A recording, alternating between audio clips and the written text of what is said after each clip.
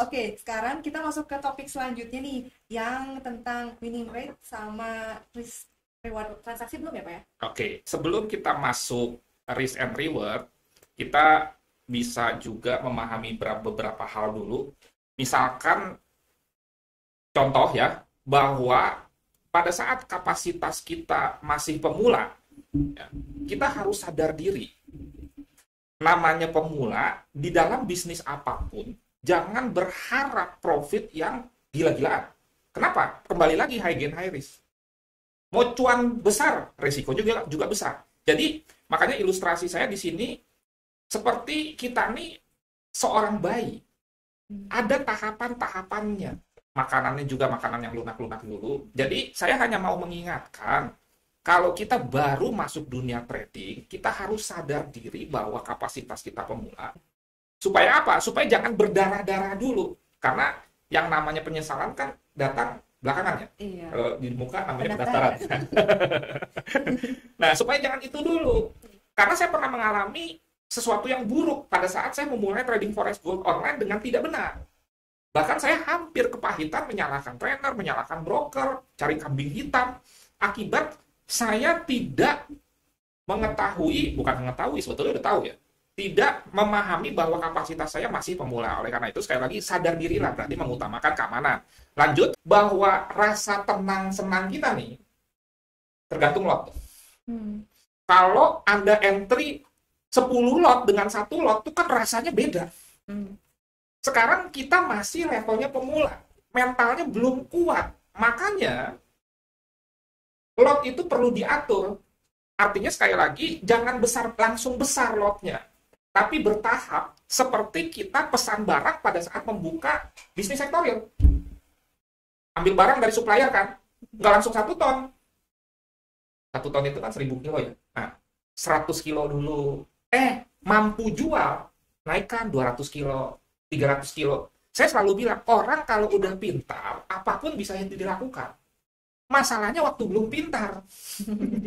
Jangan sampai babak belur dulu akibat uangnya habis, baru belajar. Nanti setelah belajar pintar, uangnya udah nggak ada. Oke, jadi itu penting disadari. Selanjutnya, masuk konsep mengenai winning rate dan risk and reward. Apa sih winning rate? Apa sih risk and reward? Nah, ini penting.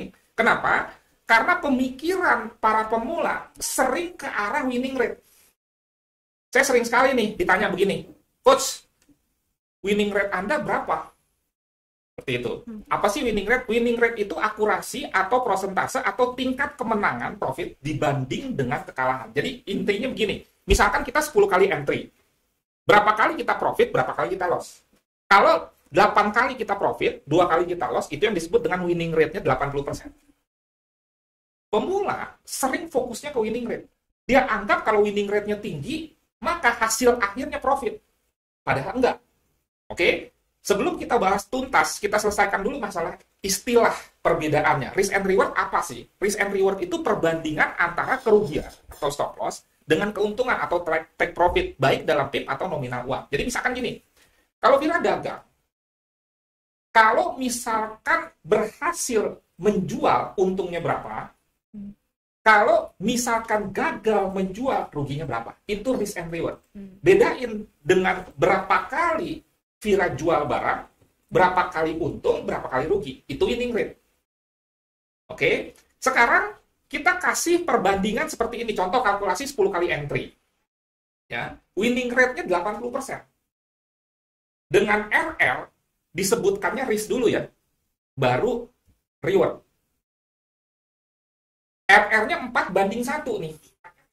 Nah, kemudian misalkan stop loss 40, TP 10. Sekarang kita hitung. Kalau profit, kalau loss dulu 2 kali 40, 80 pip. Sementara kalau profit, 8 kali 10 pip, 80 pip, 0. Ini membuktikan winning rate itu bukan segalanya, tuh winning rate-nya 80%.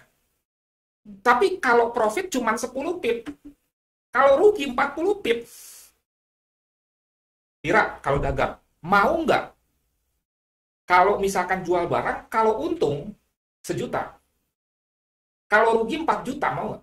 Enggak. Itu disebut 4:1 risk and reward-nya. Tapi yang terjadi di dalam trading forex gold, banyak orang yang mau. Kalau untung $100. Kalau rugi akibat tidak menginput stop loss, bisa $400, $500, $600. Ini kan menyalahi konsep dagang. Katanya trading sama dengan dagang. Berarti apa yang dilakukan dalam trade dagang, lakukan dong dalam trading. Kalau mau jadi pribadi yang punya integritas yang konsisten, nggak double standar. Ditanya di dagang mau nggak? Kalau untung 1 juta, kalau rugi 4 juta, nggak mau. Tapi giliran di trading forex gold mau. Sehingga menimbulkan mindset yang salah, terbukti. Banyak sekali yang tanya ke saya soal winning rate. Saya bilang, winning rate saya 60%. Payah, katanya begitu. Tapi tunggu dulu. RR-nya 1:2. Jadi kalau rugi 50, kalau profit 100. Winning rate 50-50 saja, jika RR-nya 1:2, sudah profit nggak akumulasinya? 5 kali rugi, 5 kali menang. Tapi kalau rugi 50-50, 5 kali 5 berarti 250. Tapi kalau menang 100. 100 kali 5, 500. Akumulasikan profit. Nah, makanya di sini dalam kaitannya dengan money management, kenapa banyak orang money managementnya kurang bagus? Akibat fokusnya ke winning rate, bukan risk and reward. Nah, itulah soal winning rate versus ya, risk and reward. Itu ada videonya sebetulnya di YouTube. Risk and reward Novi Simanjuntak lebih lengkap. Oh gitu. Ya, Oke. gitu. Berarti nanti yang lain teman-teman bisa langsung tonton video itu ya Pak? Boleh, Oke. gitu. Ya.